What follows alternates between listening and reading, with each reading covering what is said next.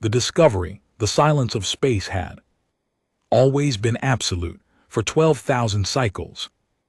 Music, the K-line survey fleet had charted the outer spiral arms of the galaxy, cataloging star systems and documenting the rare fragments of life they encountered. Survey leader Xer stood in the command chamber of the celestial observer, his sixth sensory stalks weaving through the air as he processed data streams from a dozen different sources. His species, the K-line, had evolved in the gentle warmth of binary stars, their bodies adapted to low gravity and soft radiation. They were patient, methodical, and above all, cautious. Beside him, Navigator Quilzen adjusted the scanning array with her delicate manipulator arms. She was Fenari, a species of crystalline beings whose thoughts moved like light through prisms. Her body glowed a soft amber, the color of concentration. The rest of the crew represented 4 other species, all members of the Galactic Survey Collective. An alliance formed over millennia to explore and understand the cosmos. The mission had been routine until now: map the sector, identify planetary bodies, classify potential resources, and move on. They had done this thousands of times. Nothing ever surprised them anymore, until today the anomaly appears. Zarantha's primary stock suddenly stiffened as new data flooded his consciousness. The sensors had detected something that made no sense, an energy signature, massive and artificial, emanating from the edge of the forbidden zone. His secondary brain immediately began cross-referencing the readings while his primary brain tried to rationalize what he was seeing.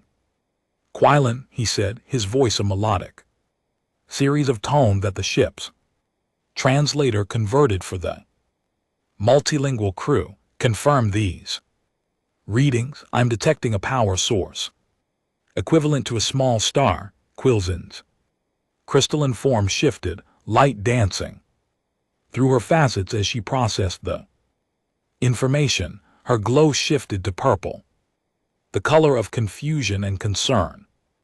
Confirmed, survey leader. The source is mobile. It is traveling at 7 light speed and maintaining a steady course through our sector. Mobile, that meant artificial, that meant intelligent.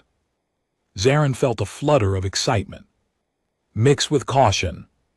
In all their survey, they had encountered only 17 species capable of space travel. Each discovery had been momentous. Each had followed predictable patterns. Species evolved on stable worlds with moderate conditions. They developed slowly, carefully, learning to harness their environment before reaching for the star's distance. Zur asked. Approximately 14 million kilometers and closing, responded tactical officer Venith, a Morvathian whose 4 eyes could perceive across multiple spectrums. Survey leader, the object is enormous. Initial scans suggest a diameter exceeding 1,000 km.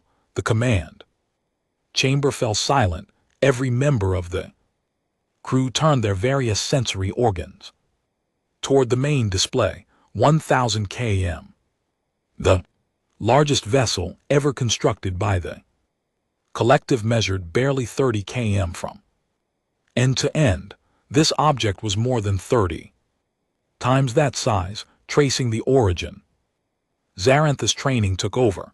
Begin full spectral analysis. I want to know what it is made of, where it came from, and what propels it. Quilzen calculate its trajectory backward, find its point of origin. The crew worked in coordinated silence. Data flowed across holographic displays. The ship's computational matrix hummed with activity. Minutes passed like hours as they pieced together the puzzle. It was Quilzen who spoke first, her voice trembling slightly, her glow flickering between purple and red, confusion and alarm. Survey leader, I have completed the trajectory analysis. The object originated from star system 7794. Classification, Tarion system 3rd. Planetary body, every being in the command chamber froze. Zarinth felt his blood chill in his veins. Tarion, the name appeared in their databases with the highest warning classification. He accessed the file, though he already knew what it would say. Tarion 3. Designation Class 3 Deathworld. Status forbidden. The file detailed a nightmare. Planet, atmospheric composition 78%. Nitrogen 21%, oxygen. Oxygen, the most corrosive reactive gas in the known universe, a substance so dangerous that it could strip electrons from nearly anything it touched. The planet's surface temperature varied wildly from freezing to boiling. Its gravity measured 9.8 ms squared, nearly twice what most collective species could tolerate, but the true horror lay in the planet's nature. Tarion 3 was geologically violent, its crust fractured and shifted constantly, causing earthquakes and volcanic eruptions. Its weather systems produced hurricanes with wind speeds that could flatten structures. Its oceans filled with universal solvent water covered most of the surface, and those oceans spawned storms of unimaginable fury. Life that evolved there was even worse. Predators with claws and fangs, venomous creatures that killed with a single bite, microscopic organisms that invaded bodies and consumed them from within. Every living thing on Tarion 3 existed by destroying other living things. The entire planet was a battlefield where evolution favored only the most violent, the most adaptable, the most relentless. No intelligent species could possibly arise from such chaos. The conditions were simply too extreme. Any creature that evolved, there would be a monster shaped by endless violence and struggle. Impossible reality. That cannot be correct, Zarin said, though his voice lacked conviction. Run the calculations. Again, I have run them 4 times. Survey leader, Quilzen replied, her glow now a steady red. The results are identical. That vessel came from Tarion 3. The spectral signature of its whole materials confirms it. Iron alloys, titanium composites, carbon-based polymers, all elements native to that world. Venith spoke up, his 4 eyes wide with disbelief. Survey leader, I am detecting multiple smaller craft launching from the main vessel. They appear to be taking defensive positions around it. Are they arming weapons? Zur asked sharply. Negative, they are simply positioning themselves in a protective formation. It appears to be a standard escort protocol. Zarin made a decision.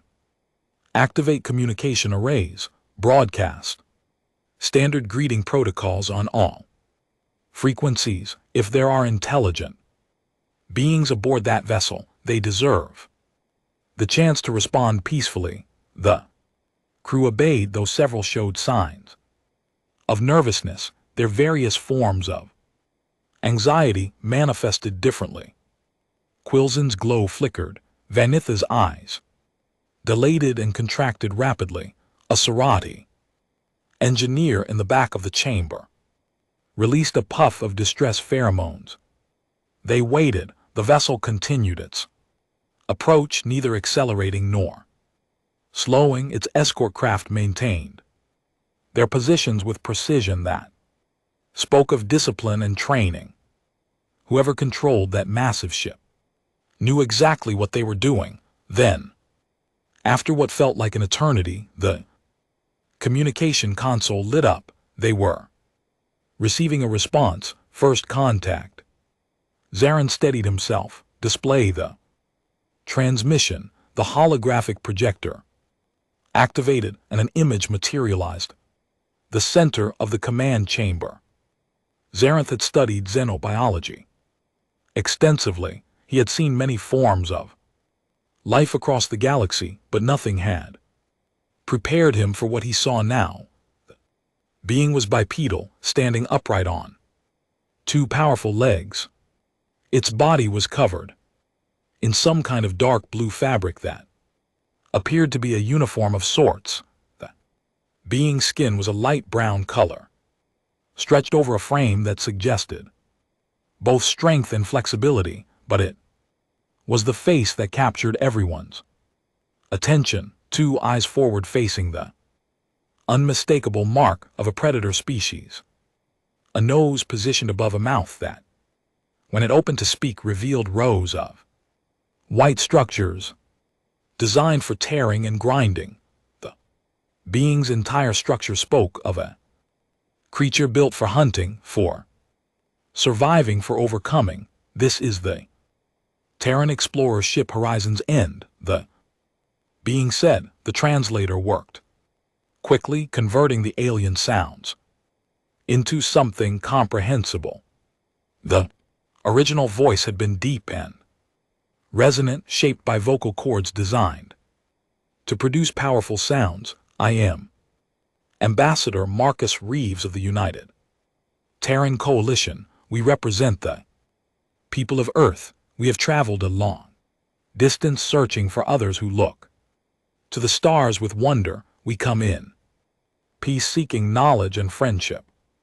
The local name for Tarion 3, Zarin, tried to speak but found his voice failing. Quilzin stepped forward, her crystalline form catching the light.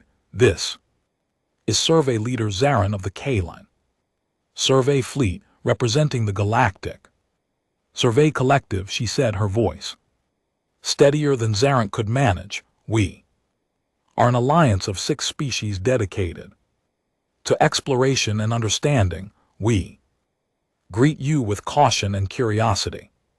The human's facial muscles moved in a configuration that the database identified as a smile, but seeing those teeth designed for a carnivorous diet made it difficult to interpret the expression as friendly. We understand your caution, Marcus Reeves said. We have been traveling for 95 standard cycles, for generations of our people have lived and died aboard this vessel. We always hoped we would find someone else among the stars. We always believed we were not alone, and now finally we have found you. The impossible journey. 95 cycles. Zarantha's mind raced through the implications. These beings had crossed nearly a third of the galaxy. They had launched themselves into the void with no guarantee of success, no certainty that anyone existed to meet them. They had simply gone, driven by hope and determination. You traveled for nearly a century without knowing if anyone was out here, Zarin finally managed to ask. The human nodded, a gesture the database identified as affirmation. We had to try. Humanity has always been a species of explorers. When we learned everything we could about our own world, we looked to space. When we exhausted our solar system, we built this ship and aimed for the stars. Uncertainty was difficult, but staying home and never knowing would have been worse. Veneth spoke from his station, his voice filled with awe. Ambassador Reeves, our records indicate that your home world is classified as a Class 3 Deathworld. The conditions there should make complex life impossible, let alone intelligent civilization. How did your species survive? The human's expression changed, becoming something softer, Pride perhaps or nostalgia, Earth is.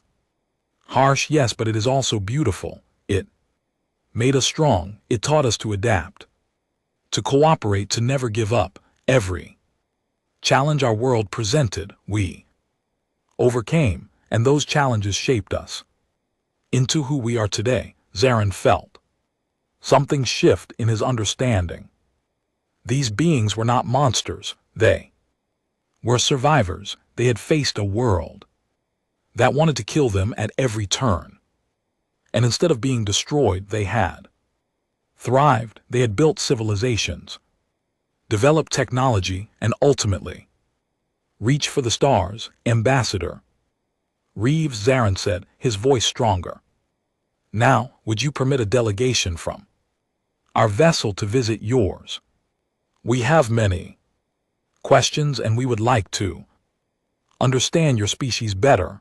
The human smiled again, and this time Zarin tried to see it as the welcoming gesture it was meant to be, rather than focusing on the predatory teeth. We would be honored, survey leader Xanth. We have prepared facilities suitable for beings with different environmental requirements. Please come aboard. Let us begin what we hope will be a lasting friendship. The transmission ended and the command chamber erupted in urgent discussion. Voices overlapped in multiple languages, all expressing the same mixture of fear and excitement.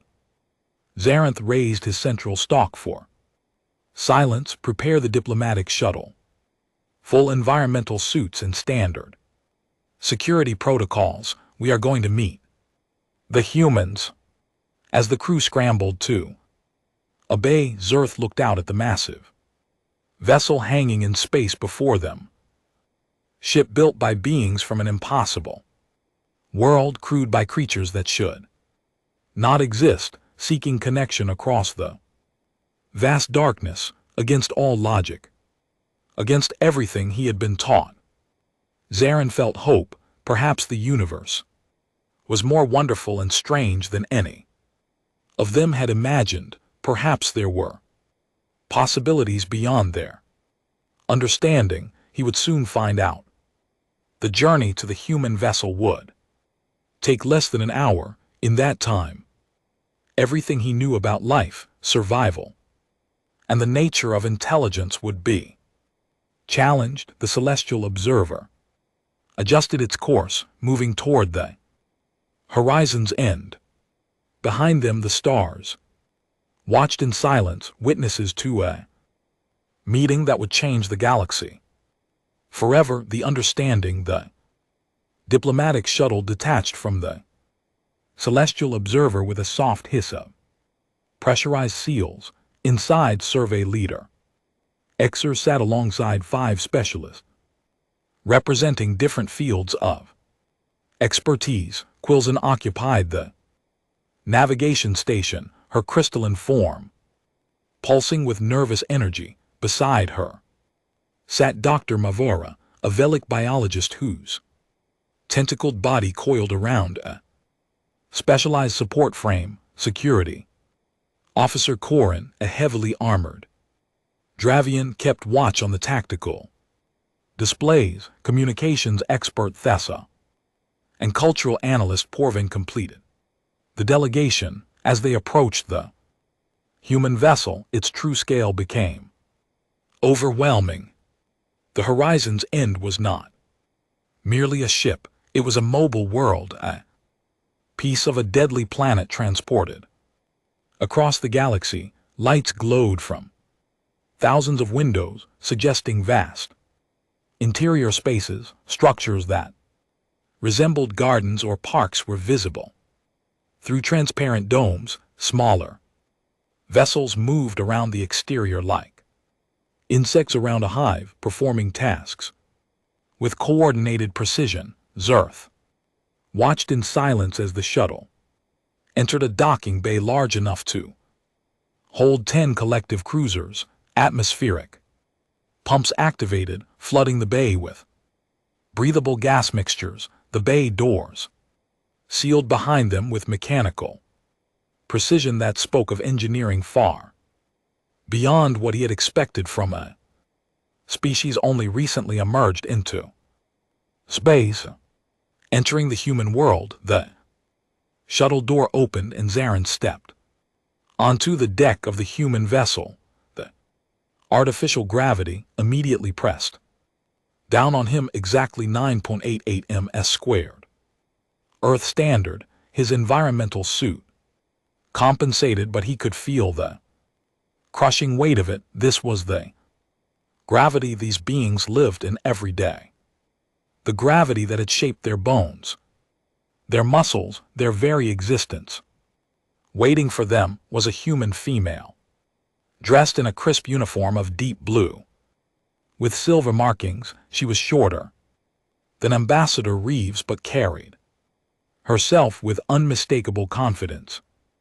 Her forward-facing eyes met Zarantha's primary sensory stalk without hesitation or fear. Survey Leader Zaranth, she said, her voice clear and strong. I am Lieutenant Commander Dr. Amara Akefer.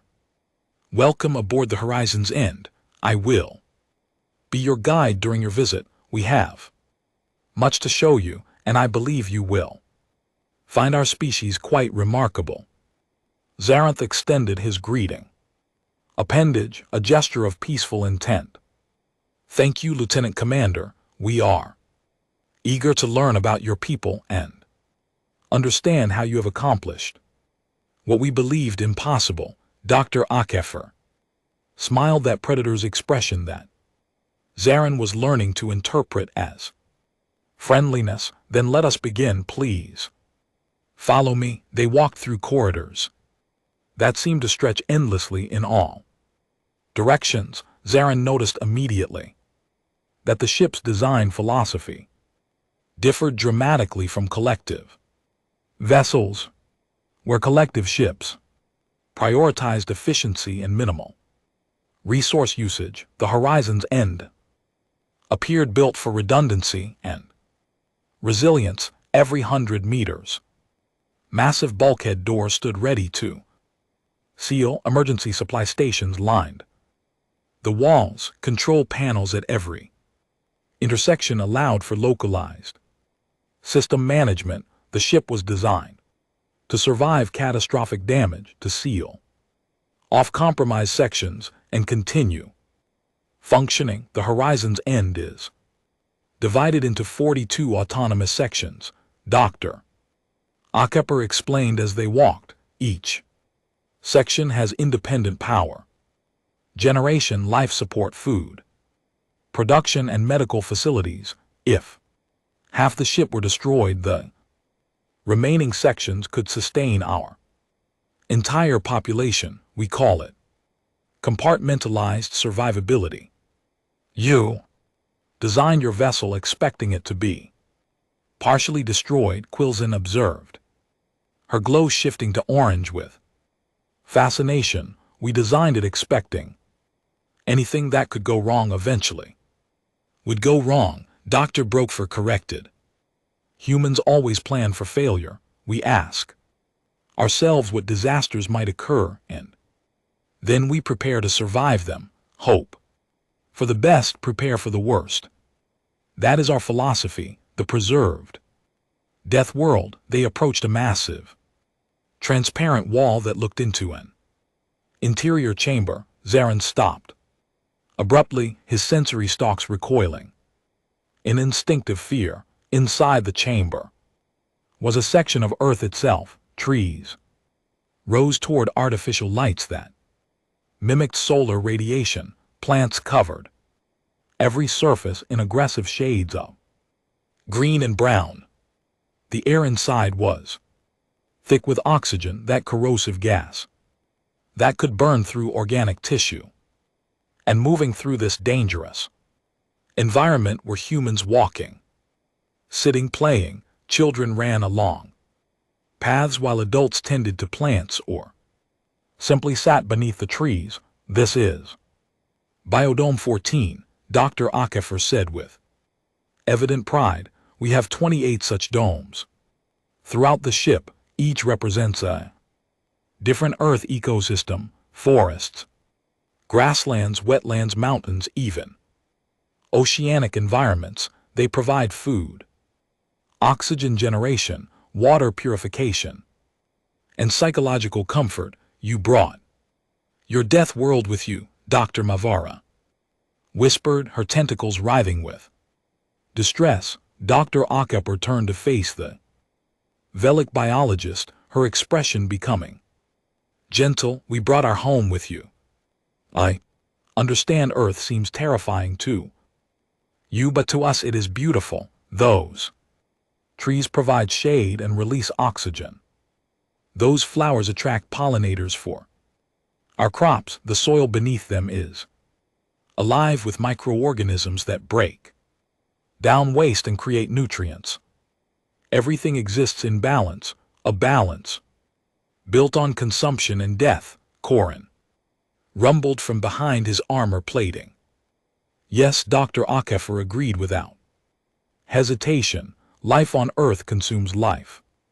Plants grow from soil enriched by decomposed organisms. Animals eat plants or other animals. When they die, their bodies return nutrients to the soil. It is a cycle, endless and eternal. We are part of that cycle. We accept it. They continued deeper into the ship, passing humans who greeted them with waves and smiles.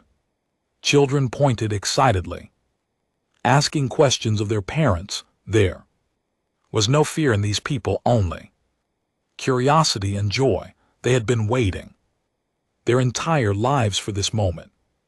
Understanding human biology, Dr. Akepher led them to a medical research facility where they met Dr. James Chin, the ship's chief medical officer. He was an older human with gray hair and kind eyes. Behind corrective lenses, the room was filled with holographic displays showing detailed anatomical information. I understand you have questions about how we survive. Dr. Chin began activating a display showing a human body in cross-section. Let me explain biology as simply as possible. He pointed to the respiratory system. We breathe oxygen. Yes, it is reactive and dangerous, but our bodies have evolved to harness that danger. We use oxygen to burn fuel at the cellular level through a process called aerobic respiration. This generates enormous amounts of energy, far more than anaerobic processes. It allows us to maintain constant activity, to heal quickly, to think with complex brains that require substantial power. You create controlled combustion inside your bodies, Dr. Mavora said, her voice filled with horrified fascination. Essentially, yes, our metabolism runs hot. We maintain an internal temperature of 37 degrees C constantly. We are warm-blooded, generating our own heat, regardless of external conditions. This allows us to function in environments ranging from Arctic cold to desert heat. Dr. Chin showed them images of the human skeletal system. Our bones are made of calcium compounds. They are strong enough to support our weight in Earth's gravity, yet flexible enough to absorb impact. A human can fall from significant heights and survive. Our bones may break, but they will heal themselves in 6 to 8 weeks. Broken bone will be as strong as it was before the injury. The delegation watched in amazement as Dr. Chin demonstrated healing processes, wounds that closed on their own, damaged tissue that regenerated, even brain injuries where neuropathways rerouted around damaged areas. We cannot regrow lost limbs, Dr. Chin admitted, but we heal remarkably well from injuries that would kill most species. Cut a human and the wound will seal itself. Our immune system fights off infections. Our bodies are constantly repairing damage at the cellular level, the persistence hunters. Dr. Chin activated another display, showing ancient humans on a savanna landscape. They were pursuing a large, four-legged creature across vast distances. This is how our ancestors hunted, he explained. We are not the fastest animals on Earth. We are not the strongest, but we can travel farther than almost anything else. A healthy human can walk or run for hours, even days without stopping. We have exceptional endurance, he showed them thermal images comparing humans to other Earth predators. Most predators hunt in bursts. They sprint, ambush, kill quickly, then rest. Humans developed a different strategy. We followed our prey until they collapse from exhaustion. We could track animals for days across any terrain, never stopping, never giving up. Eventually, the prey would simply be too tired to run anymore. You hunted through relentlessness, Zarn said, slowly understanding dawning. You won by refusing to quit. Exactly, and this trait extends beyond hunting. When humans want something, we pursue it with patience and determination. We do not give up easily. We traveled 95 years to reach this part of space because we believed someone was out here. We had no proof, no guarantee. We simply refused to accept that we were alone. The contradiction of violence and love. They left the medical facility and entered a central plaza, a vast open space inside the ship where thousands of humans went about their daily lives. Markets sold goods, artists displayed creations, musicians played instruments, children attended schools visible through transparent walls. How do so many humans coexist without destroying each other? Zur asked. Your species evolved as predators. Your history must be filled with violence. Dr. Akepper's expression became serious. It is. Human history is stained with wars, conflicts, atrocities. We have killed each other over resources, territory, beliefs, even skin color. For most of our history, we were our own worst enemies. Then how can you live together now? How can 200,000 predators coexist peacefully? Dr. Akeffer stopped walking and turned to face the delegation directly. Because we chose to. Yes, we have capacity for violence. That capacity helped our ancestors survive. But we also have capacity for something else, something stronger. We call it love, the word translated imperfectly, carrying emotional depth that Zarin struggled to comprehend. Love is what we feel for each other, Dr. Akeffer explained. It is a bond that makes us care deeply about another's well-being. Parents love their children and would sacrifice everything to protect them. Partners love each other and build lives together. Friends love each other and provide support during hardship. Even strangers can feel compassion, a desire to help someone they have never met. She gestured around them at the bustling plaza. 200,000 humans live on the ship because we love each other, not always as individuals, but as a community. We have built systems of cooperation that value helping others over harming them. Violence in our nature still exists. We acknowledge it, but we have created something stronger. We have created a society where working together matters more than competing against each other. Zerth watched as a human child fell and scraped her knee. Immediately 3 adults rushed to help. One applied medical gel, another comforted the crying child, a third called for the child's parents. None of them knew this Child, yet all stopped what they were doing to provide aid. You override your predatory instincts with conscious choice. Quilzen observed her glow, shifting to a warm yellow with understanding. Everyday Dr. Akefer confirmed being human means choosing who we want to be. We are not slaves to our biology. We are shaped by it, yes, but not controlled by it. The journey's purpose. They entered an observation lounge with floor-toseling windows, showing the starfield beyond. Ambassador Reeves was waiting for them, standing with his hands clasped behind his back, gazing out at the cosmos. Survey leader Zerth, he said without turning, what do you think of our ship? It is overwhelming, Zarin admitted.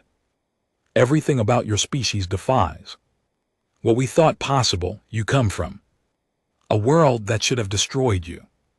You survived by becoming strong, adaptable, relentless. You carry violence in your nature, yet choose peace. You traveled nearly a century into the unknown, hoping to find someone to talk to. I do not understand you. Reeves turned and Exer saw genuine warmth in the human's eyes. Perhaps that is what makes us human. We are contradictions. We contain multitudes. We can be terrible and wonderful, often. Simultaneously, we create and destroy. We fear and hope, but in the end we always choose hope. Why did you leave Earth? Porvin asked. If you had built such a civilization, why abandon it? We did not abandon it, Reeves said firmly. Earth remains home to 12 billion humans. But we needed to grow. Our population was expanding. Our resources were finite, and beyond practical reasons, we had a deeper need, the need to explore, to discover, to find out what else existed in this vast universe. He walked to the window, looking out at the celestial observer in the distance. For generations, humans looked up at the stars and wondered, are we alone? Is there anyone else out there asking the same questions? We built telescopes and listened for signals. We sent probes to neighboring planets, but we never found definitive proof. So we built this ship. We gathered volunteers from every nation on Earth, scientists, engineers, artists, teachers, families. We built a world that could sustain itself indefinitely, and we launched ourselves into the darkness, driven by hope that somewhere someone would be waiting. The alliance forms. Zarin felt something shift in his understanding. These humans were not monsters from a death world. They were dreamers who refused to let their harsh origins define their future. They were survivors who had learned that cooperation was stronger than competition. They were explorers driven by the same curiosity that motivated the collective. Ambassador Reeves Zarin said formally, I would like to extend an official invitation for humanity to join the Galactic Survey Collective. Your species has much to offer, and we have much to learn from each other. Reeves smiled, and this time Zarin saw only joy in the expression. Survey leader, we would be honored. This is what we dreamed of, what we sacrificed, for what 4 generations worked toward. He extended his hand, a human gesture of agreement. Zarin reached out with his primary appendage, and they clasped in a symbol of alliance that bridged 2 species, 2 philosophies, 2 completely different approaches to existence. Around them, both human and alien crew members watched this historic moment, the first true alliance between humanity and the galaxy, the beginning of something neither could fully predict but both hoped would endure. Dr. Akefer approached with a data tablet. Survey leader, we have prepared detailed information about Earth, our technology, our culture, and our history. We also have questions for you about the collective species, about the galaxy you have explored, about the wonders you have discovered. We will share everything, Zarant promised. Knowledge grows when shared, and understanding builds bridges between differences. The meeting continued for hours. Humans and aliens exchanged information, asked questions, shared stories. They learned about each other's foods, arts, music, philosophies. They discovered similarities that transcended biology and differences that enriched both perspectives. A new beginning. As the diplomatic delegation prepared to return to the celestial observer, Zerth found himself standing once more in the observation lounge. Dr. Akepper joined him, both looking out at the stars. Your species fascinates me, Zer admitted. You should not exist according to everything we understand about evolution and survival, yet here you are having accomplished the impossible. Maybe the universe is bigger and stranger than any of us imagined, Dr. Akepper suggested. Maybe there are many paths to intelligence, to civilization, to reaching the stars. Earth shaped us one way, other worlds shaped you differently, but in the end we all looked up at the same stars and asked the same questions. What happens now? Zer asked. Now we explore together, we learn from each other, we share what we know and discover what we do not. Humanity has been alone for so long.